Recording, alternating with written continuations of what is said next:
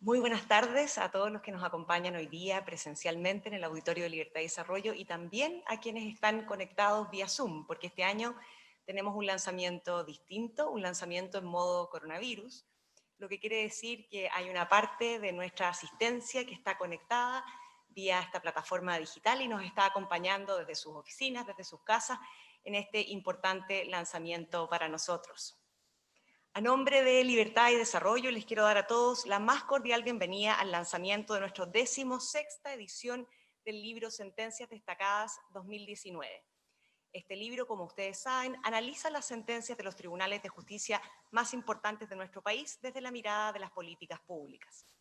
Esta es una publicación que inicia su trayectoria en el año 2004, analizando los fallos más importantes de cada año desde la perspectiva de la sociedad libre.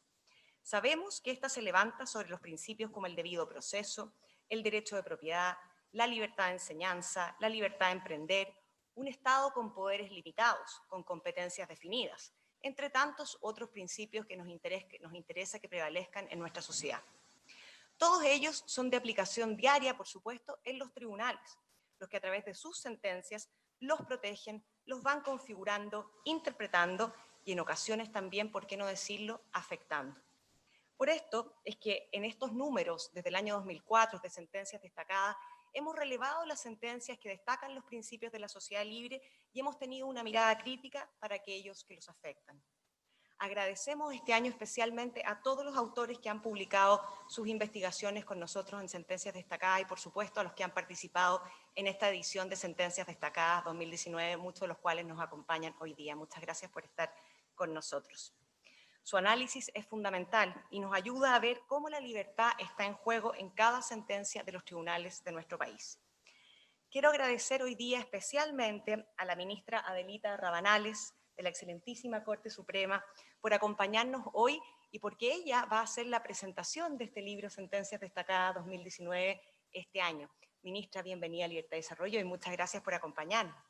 Además, no voy a dejar de presentar a un gran amigo de la casa, consejero de Políticas Públicas de Libertad y Desarrollo, Arturo Fermandoa, gran abogado constitucionalista, que desde el 2004, desde el inicio de esta publicación, nos ha acompañado en Libertad y Desarrollo, no solo con su edición, sino que además con su agudo análisis de las publicaciones que otras personas han efectuado en el libro, pero también las propias que ha efectuado Arturo, que además siempre nos acompaña con su prólogo en nuestra publicación. Arturo, muchas gracias. Yo quiero dejarlos a ustedes con Arturo, que nos va a dar unas palabras más allá de la bienvenida, nos va a contar de este texto de Sentencias Destacadas 2019, para después dejar a la ministra Adelita Rabanales con su comentario. Arturo, quedas a cargo del podio. Muchas gracias.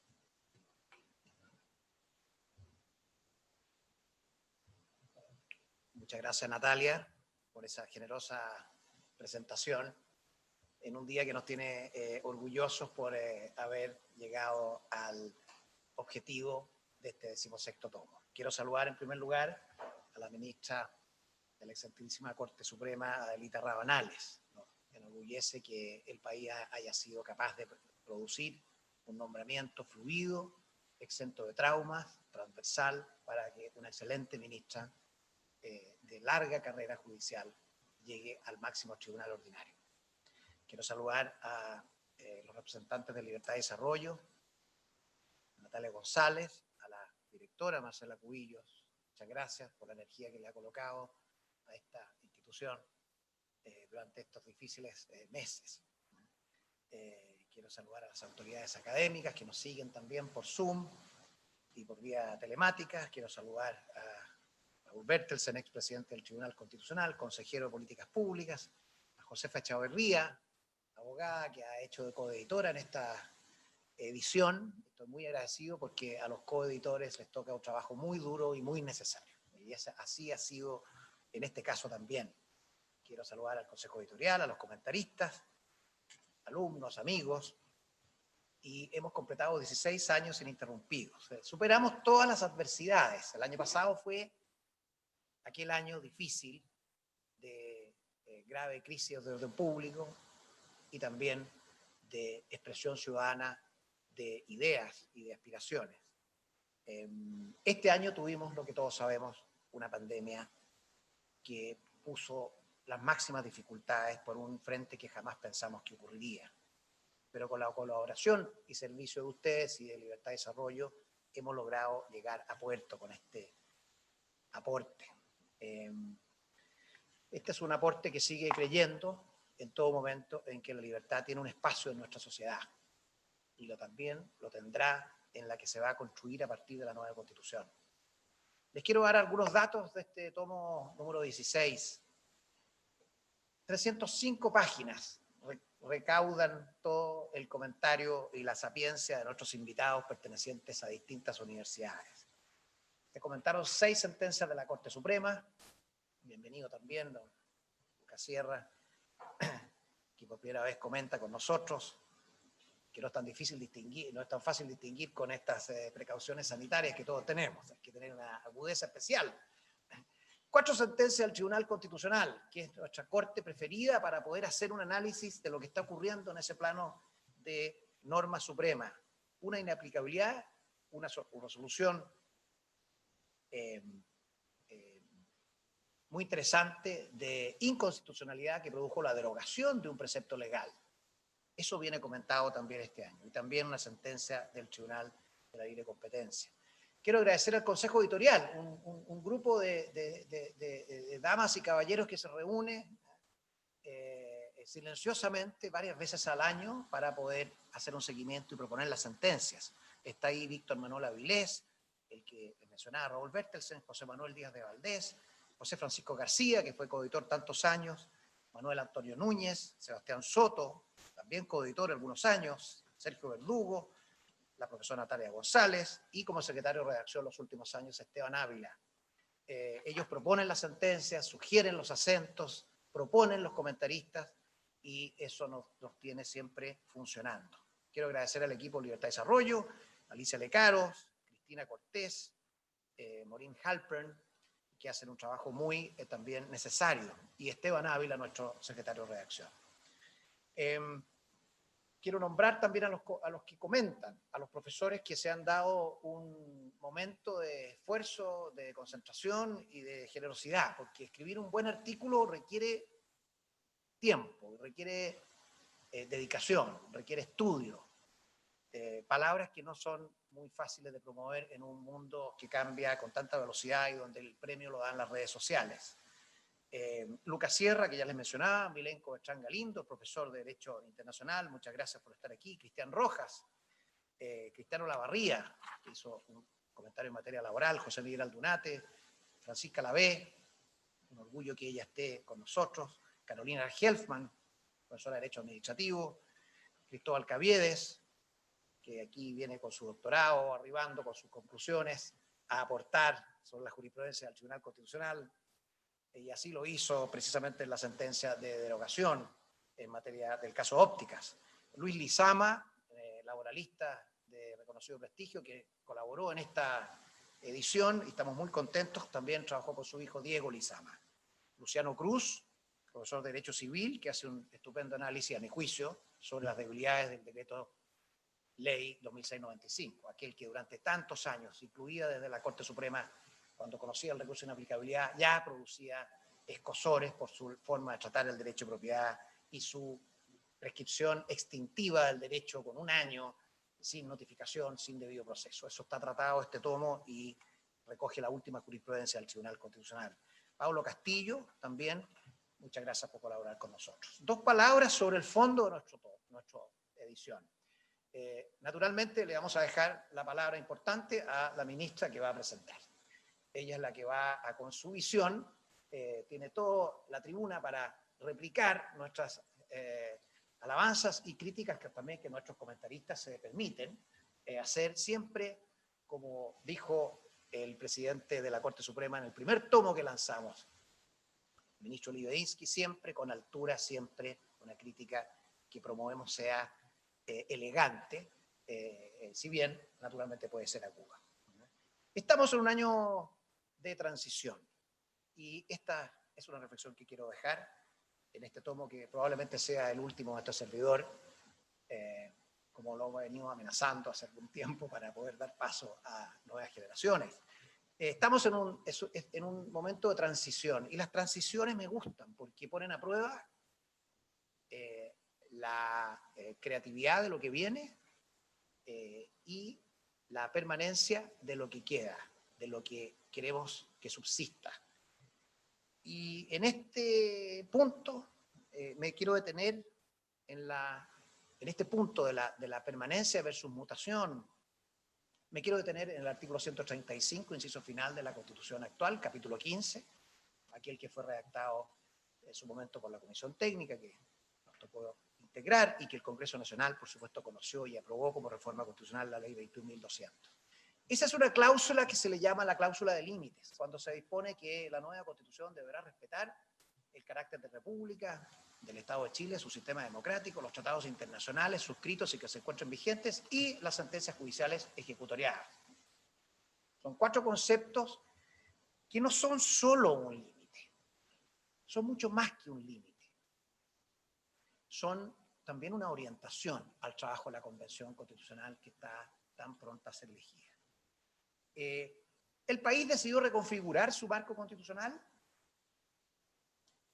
y esta reconfiguración, que se hace desde la norma suprema, lo más alto que dispone nuestro Estado, creemos que es precisamente una refundación, un avance, pero no es un descubrimiento mesiánico nuevo de una república que no existía. Esa es una mala forma de mirar lo que, a nuestro juicio, está buscando Chile con este proceso. Hay un respaldo rotundo para que este proceso se inicie, un proceso que tiene que incorporar a todos a través de aquel famoso quórum de 2/3, pero en ese paso habrá que enmarcar la discusión dentro de los legados que nos deja la trayectoria del hombre civilizado. Y digo esto porque alguna crítica se formuló a esa cláusula. Algunos que no entendieron estimaron que se estaba neutralizando el trabajo de la Convención. Como si una nueva Constitución, para poder llegar a puerto y reflejar todas las aspiraciones de las nuevas generaciones, requiera arrollar el concepto de república o el sistema democrático, o requiera reabrir los procesos judiciales fenecidos, como dice el artículo 76 de la Constitución. Una mirada de ese tipo no la entendemos, porque, y ni hablar de los tratados internacionales. Tratados internacionales que, como expresa constancia quedó en las actas, no son solo los derechos humanos, por supuesto son los de derechos humanos, incluso planteamos la irreversibilidad de esos derechos humanos en la nueva Constitución. Pero se prefirió reconducir a los tratados, todos los tratados, porque Chile no se puede desentender, ¿no es cierto, profesor Bertrand Galindo, de sus compromisos internacionales. Naturalmente, el país podrá administrar sus tratados internacionales a través de los principios y normas del derecho internacional, como lo dice hoy día el artículo 54, número 1 de la Constitución. Países tienen un margen de acción con los tratados, pero una Constitución no puede hacer como que no existen compromisos internacionales.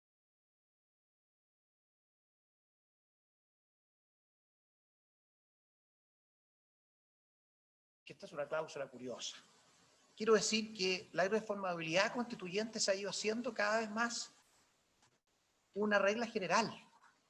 En un estudio del profesor Rosnay, muy importante, del año 2017, se concluye que entre todas las constituciones promulgadas entre 1988 y 2015, una llamada tercera ola de las constituciones, un 54%, es decir, 81 constituciones de 149 tienen cláusulas de irreformabilidad. Tiene cláusulas que algunos los alemanes han llamado cláusulas eternas. Porque le interesa a las sociedades avanzar, reconfigurar, pero al mismo tiempo mantener la esencia misma que los ha hecho llegar a ser un Estado.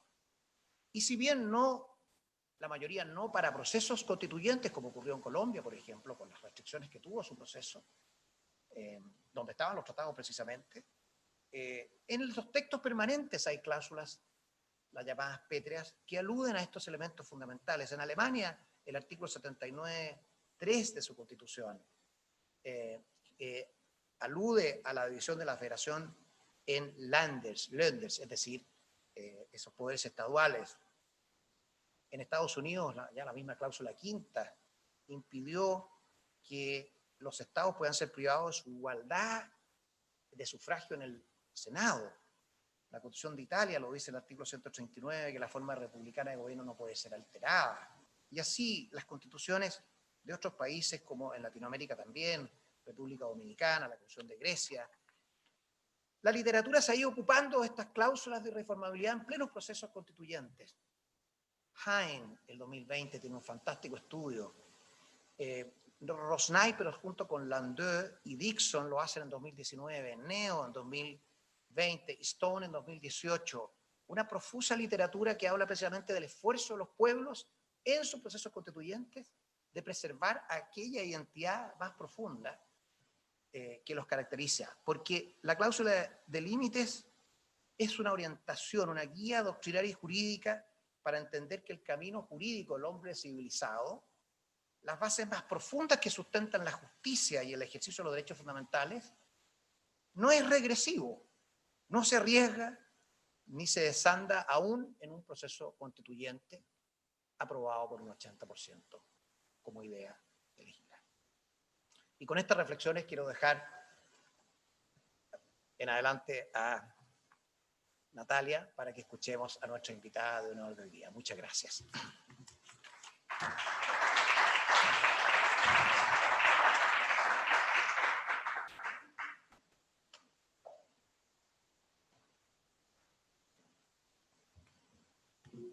Bueno, como ustedes saben, a continuación la ministra Adelita Rabanales nos va a dar su comentario sobre esta publicación Sentencias Destacadas 2019.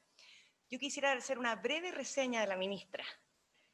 La ministra ingresó al Poder Judicial en el año 90 como secretaria del Juzgado de Letras de San José de la Mariquina. Posteriormente fue relatora de la Corte de Apelaciones de Valdivia y jueza titular del 19º Juzgado Civil de Santiago. Desde junio de 2017 se desempeñó como ministra de la Corte de Apelaciones de Santiago, lugar de donde fue designada por la entonces presidenta Michelle Bachelet. De forma paralela, la ministra ha desempeñado funciones docentes en la Academia Judicial y en la Escuela de Carabineros de Chile. Como verán, tiene una nutrida carrera en el Poder Judicial y en la Academia, de lo cual estamos agradecidos, ministra, que hoy día haya aceptado formar parte de la historia de las sentencias destacadas con su comentario de esta noche. Los dejo con la ministra Adelita Rabanales.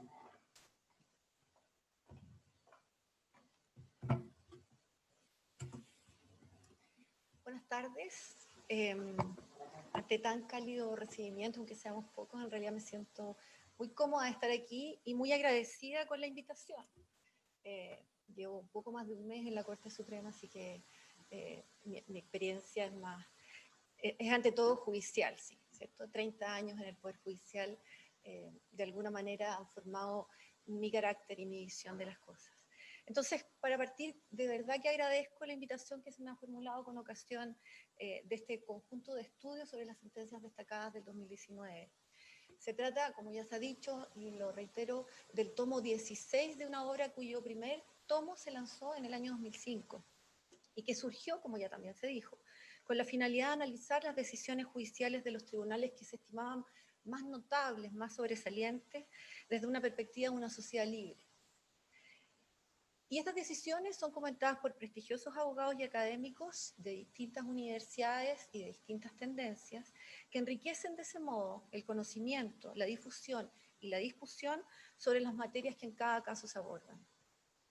Soy de la vieja escuela judicial, aquella que sostiene que los jueces hablan a través de sus sentencias.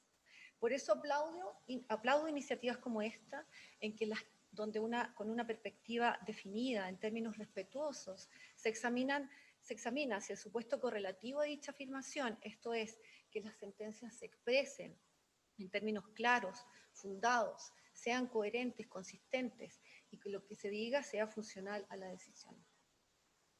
El estudio de la jurisprudencia podrá parecer una rareza para algunos que, confiados en la creencia arraigada de que Chile es un país legalista y en que la fuente principal del derecho son las leyes aprobadas por el Congreso Nacional, no asignan a la decisión judicial el rol que sí tienen otras latitudes, donde reina el common law.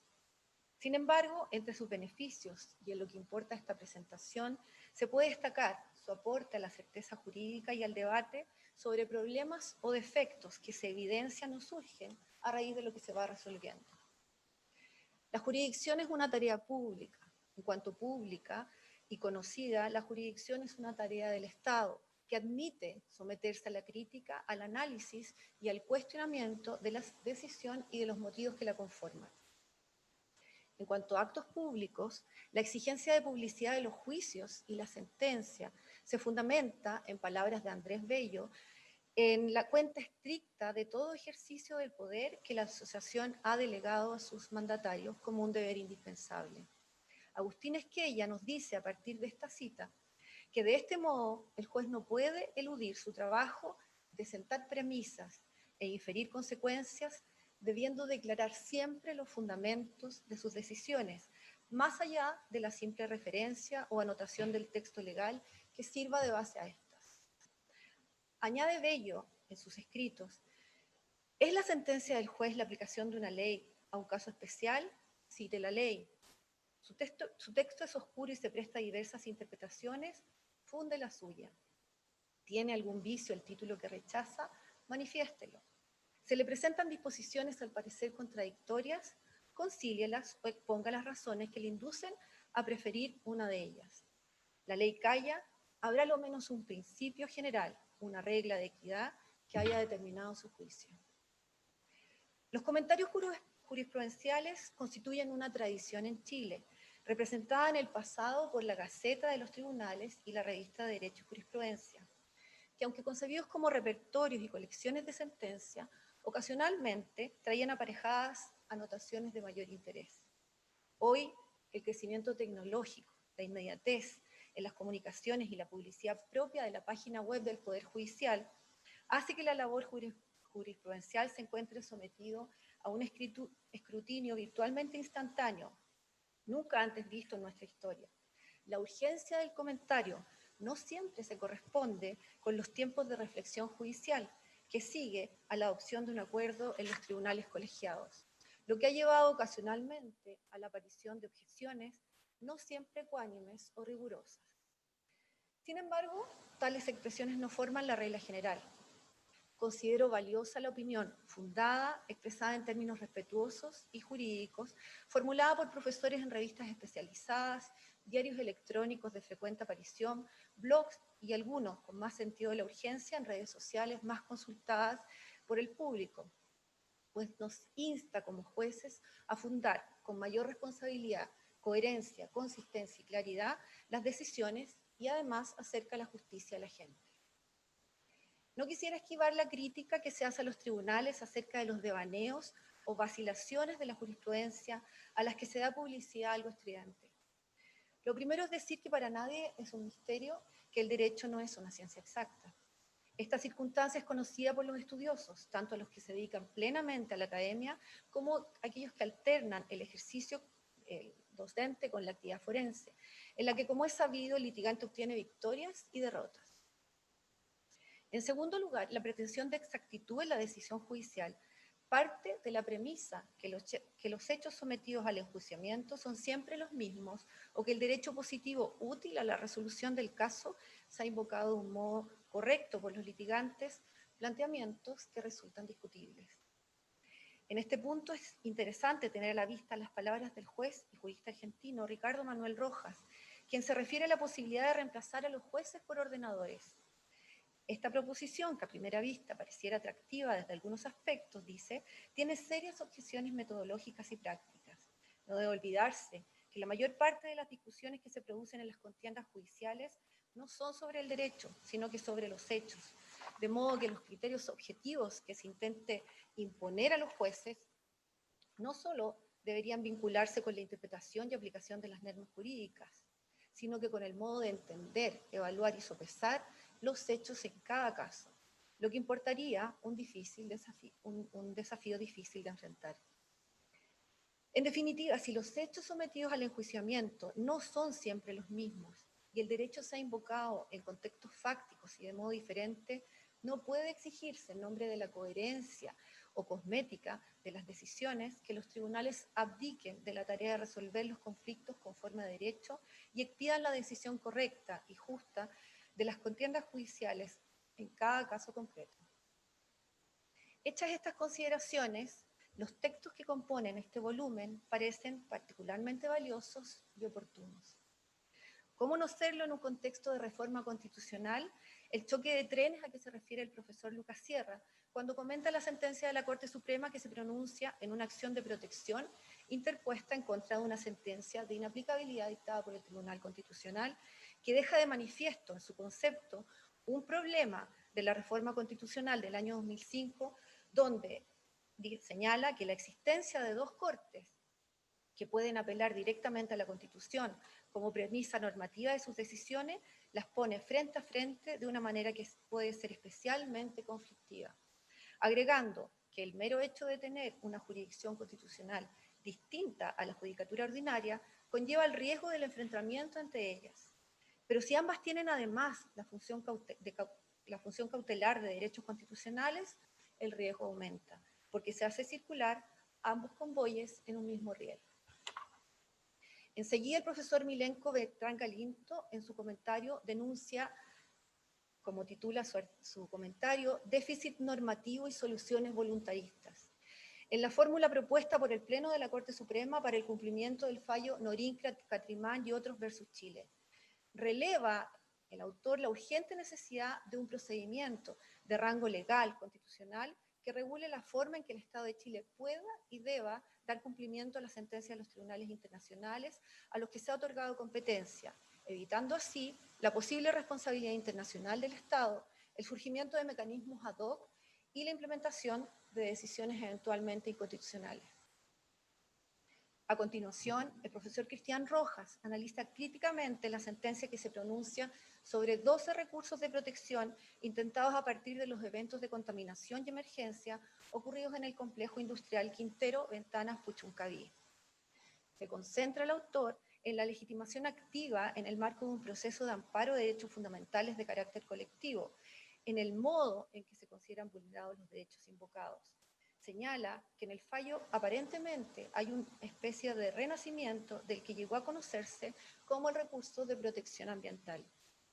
Se refiere al alcance de las facultades conservadoras que invocan los jueces y finalmente a la ejecución de lo resuelto en razón de su complejidad, reseñando su estado a abril del presente año. En quinto lugar, se comenta el fallo recaído en el recurso de protección presentado por varias organizaciones sindicales en contra de la Dirección del Trabajo, fundado en el ordinario dictado por esta repartición, que concluye que el acuerdo entre el empleador y un grupo negociador constituye un instrumento colectivo y, por lo tanto, conforme con lo dispuesto en el artículo 320 del Código del Trabajo, debe registrarse ante la Inspección del Trabajo. El profesor Cristiano Lavarría señala que si bien la Corte Suprema rechaza la acción constitucional sobre la base de argumentos formales, declara que la titularidad sindical no constituye un derecho indubitado ni preexistente de los sindicatos. Compara lo resuelto con otra sentencia dictada en un recurso de protección del año 2018, indicando que si bien la Corte Suprema en las dos sentencias desconoció la existencia de un derecho indubitado y preexistente, tanto a los sindicatos respecto de la titularidad sindical como a los grupos negociadores respecto de los acuerdos que suscriban, debió haber zanjado la discusión, considerando que el derecho a negociar colectivamente de los trabajadores no sindicalizados constituye un derecho constitucional indiscutible y que la ley reconoce la calidad de instrumento colectivo a los acuerdos suscritos por dichos grupos y el empleador. Para efectos de dar certeza a los sujetos de derecho y no seguir con una discusión que lleva años, estima recomendable y aconsejable que se dicte una ley que precise el procedimiento de grupos de trabajadores para negociar colectivamente y los derechos que tendrían, teniendo en consideración expresa que el negociar colectivamente corresponde a todos y a cada uno de los trabajadores individualmente considerados. El abogado José Miguel Aldunate estima correcta la decisión de la Corte Suprema al acoger el recurso de queja presentado en contra de la decisión de la Corte de Apelaciones de Santiago, que confirmó las multas aplicadas por el Consejo Nacional de Televisión a Canal 13 por los dichos en pantalla del humorista Daniel Alcaíno y Erco Puchento, que se referían en términos groseros al dogma católico de la Inmaculada Concepción. Opina que las expresiones humorísticas deben entenderse protegidas por la libertad de expresión, pero sin embargo, que las razones utilizadas por la Corte Suprema para llegar a tal conclusión le parecen confusas y no ofrecen mucha guía para casos futuros. Expresa que la protección del Estado se extiende a quienes abrigan y manifiestan creencias religiosas, así como al acto mismo de manifestarlas, pero en ningún caso a las creencias consideradas en sí. Por último, sostiene que la decisión está en sintonía con el régimen de libertades que el Estado chileno debe proteger, imponiendo únicamente restricciones muy excepcionales.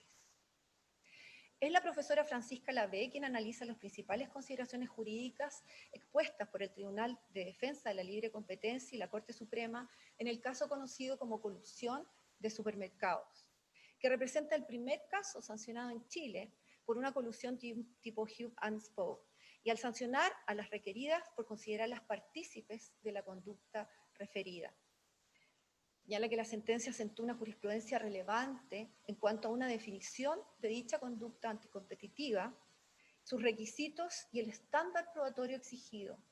A su juicio, las sentencias consolidan el principio que se ha venido instalando en los últimos años en el país, en el sentido de no aceptar como sociedad ningún tipo de acuerdo entre competidores que pueda tener efectos adversos en la competencia, en cuanto ella lleva a afectar la productividad y en definitiva produce consecuencias negativas en el bienestar de los consumidores. Carolina Hellman analiza dos sentencias de la Corte que inciden en el derecho urbanístico en relación a los guetos verticales. Una, emitida conociendo un recurso de casación en el fondo en contra de una sentencia de la Corte de Santiago que rechaza un reclamo de ilegalidad en contra de la Municipalidad de Estación Central, y la otra, conociendo también un recurso de casación, pero esta oportunidad casación forma y forma, en contra de una sentencia del segundo Tribunal Ambiental. Luego de analizar extensa y por separado ambos casos, resalta que más allá del ámbito urbanístico, se trata de sentencias que permiten reflexionar en torno a importantes aspectos de la actuación administrativa, interpretación, control, competencia, así como el rol de principios tales como la coordinación, la motivación, la congruencia, la coherencia y la confianza legítima. Por último, se comentan 5 sentencias del Tribunal Constitucional a cargo de los profesores Cristóbal Caviedes, Luis y Diego Lizama, Luciano Cruz y Pablo Castillo. 2 sobre la parte final del artículo 126 del Código Sanitario, que prohibía a los médicos oftalmólogos y a los técnicos con mención en oftalmología funcionar al interior de una óptica. Una es inaplicabilidad y la segunda es inconstitucionalidad. El examen de las sentencias se hace a través de un método que el autor denomina vía negativa, esto es, desde la idea que las personas en general detectan más fácilmente lo que no es que lo que es y lo que no debe ser que lo que debe ser. Quien comenta estima correcta la decisión en ambos casos por tratarse de una disposición manifiestamente inconstitucional, pero estima mejor fundada la sentencia de inaplicabilidad que llama a Ópticas 1 por ser más fiel a la vía negativa. Enseguida se comenta se emite un comentario sobre la constitucionalidad de la prohibición de abandono del procedimiento y la nulidad del despido en materia laboral, específicamente en una causa de cobranza laboral donde se concluye correctamente en concepto de los autores su inaplicabilidad por inconstitucionalidad. En ambos casos por infracción al principio de proporcionalidad, al estimar que los artículos 162, nulidad de despido, y 429, abandono del procedimiento del Código del Trabajo, en el caso concreto configuraban una sanción desproporcionada. La siguiente sentencia que se comenta se titula Decreto Ley 2695, Decreto Ladrón, o cuando la culpa no es de la ley o quizás sí. En ella se acoge la inaplicabilidad por inconstitucionalidad de ciertos artículos del decreto ley referido. El profesor Cruz, que la comenta, considera que la sentencia aborda el problema de la constitucionalidad de los preceptos del decreto de ley 2695, tomando como punto de partida la naturaleza misma del procedimiento de saneamiento contenida en él, considerándolo en primer lugar como un procedimiento irregular, para luego abordar aspectos relativos a su privación inconstitucional del derecho de propiedad. Sostiene que la sentencia acertadamente vuelve a la naturaleza administrativa del procedimiento de saneamiento para interpretar correctamente la reserva legal contenida en el artículo 19, número 24, inciso 3 de la Carta Fundamental. pues si bien el decreto ley 2695 tiene rango de ley, el despojo o privación de la propiedad termina siendo causada por un acto administrativo y no en virtud de la ley general o especial que autorice la expropiación por causa de utilidad pública o de interés nacional calificada por el legislador, y más aún, sin pago previo de una indemnización de perjuicios. Por último, comenta la decisión del Tribunal Constitucional que declaró la inaplicabilidad de los artículos 248C y 259, inciso tercero del Código Procesal Penal, relativos a la imposibilidad de forzar la acusación en investigaciones no formalizadas, al concluir que la aplicación de tales normas de procedimiento impiden al querellante el acceso a un proceso racional y justo, vulnerando el derecho de la víctima a ejercer la acción penal consagrada en el artículo 83 de la Carta Fundamental. Precisa en este caso el profesor Castillo, a cargo del comentario, que la facultad de no perseverar es una decisión administrativa del Ministerio Público, que presupone la realización de una investigación cuyo resultado no permite fundar una acusación, pero que no pone fin al procedimiento, sino que produce exclusivamente los efectos que prescribe el artículo 248, inciso segundo del Código Procesal Penal. Agrega que si bien la víctima es titular de un derecho constitucionalmente reconocido, este consiste en activar la investigación y participar en ella, derecho que sin embargo no es irrestricto y que en todo caso, frente a una decisión arbitraria, existen mecanismos de control que si bien no permiten al querellante forzar la acusación, son suficientes para desincentivar una mala práctica a nivel general. Resalta que la formalización de la investigación es una garantía de los derechos del imputado, de forma que la imposibilidad de forzar la acusación cuando ella no ha tenido lugar goza de fundamento plausible, que justificaría el tratamiento diferenciado respecto de la posibilidad de forzar la acusación en las investigaciones sí formalizadas. Al finalizar, sostiene que la institución de la decisión de no perseverar se ajusta a la Constitución y que frente al abuso de dicha facultad, los querellantes, además de denunciar por vía administrativa, debiesen intentar un recurso de protección, alegando un trato diferenciado, injustificado, para que una vez constatada la arbitrariedad, se les permita continuar con el ejercicio de la acción penal.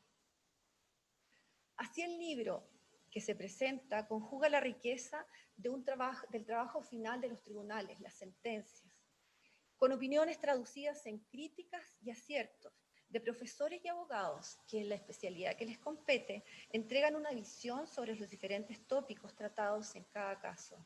Se trata de un insumo que no solo permite una discusión de altura, sino que la fomenta año a año. Muchas gracias.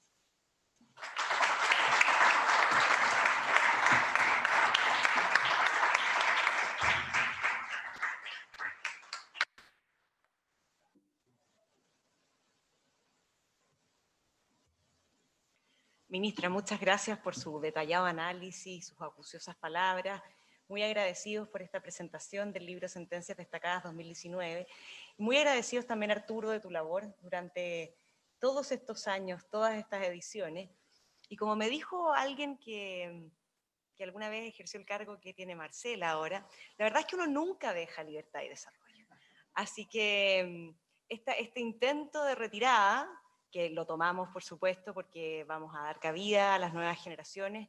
No puedo dejar de agradecerte por tu trabajo, pero estoy segura que vas a seguir siendo un elemento muy importante de las futuras publicaciones de sentencias destacadas de libertad y desarrollo, Arturo, y así lo espero también. Bueno, a todos los que están conectados presencial, o sea, los que están conectados remotamente, darle las gracias por habernos acompañado. Hay varios autores que vi que estaban conectados, que no pudieron llegar al lanzamiento presencial, varios miembros del comité editorial, agradecerles su audiencia esta tarde y a todos los que están acá, contarles que tenemos un cóctel modo COVID arriba para que suban sin riesgo, cumpliendo todos los protocolos, pero para que nos acompañen un ratito esta tarde y aprovechen además de comprar el libro los que no lo han hecho. Muchas gracias.